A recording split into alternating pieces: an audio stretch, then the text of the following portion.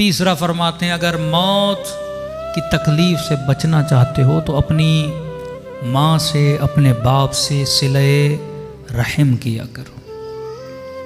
किसी ने कहा मौलाना शर्म आती है माँ के हाथ को बोसा देते हुए, तो ये जुमला याद करो मासूम का। फरमाते जब गुनाह करते हुए शर्म नहीं आई, नेकियां करते हुए कैसी शर्म। मरने के बाद पछताओगे, इस माँ के जाने के बाद पछताओगे, इस बाप के जाने के बाद पछताओगे कि जब तक नेमतें थीं तुमने उस नेमत से कोई फ़ायदा नहीं लिया। रसूल जवान के सिराने पे बैठे ना, सुनाया शायद, का तलकीन पढ़, लेकिन नहीं पढ़ रहा था। का कलमा पढ़, गोया ज़बानों पर किसी ने सी दिया इसकी ज़बान को कि एक जुमला इसकी ज़बान से नहीं निकल रहा। नबी ने उस कमरे में निगाह डाली खातून पे, का आपका क्या रिश्ता इस जवान से? कहने लगे या रसूल अल्लाह मैं इसकी माँ हूँ। का बेटे से नाराज हो?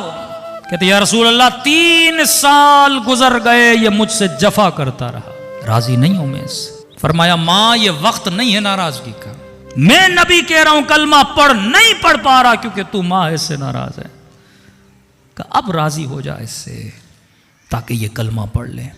माँ ने कहा रसूल तेरी रजा के लिए, खुदा की रजा के लिए मैंने इससे रजामंदी जाहिर की। यहाँ कहना था, उस जवान की ज़बान खुली और कहा अशहदु अल्ला इलाहा इल्लल्लाह।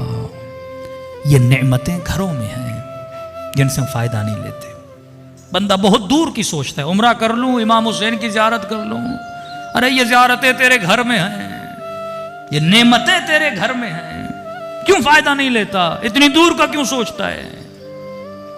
ये तौफीक हासिल करेगा तो बड़ी तौफीक मिलेगी।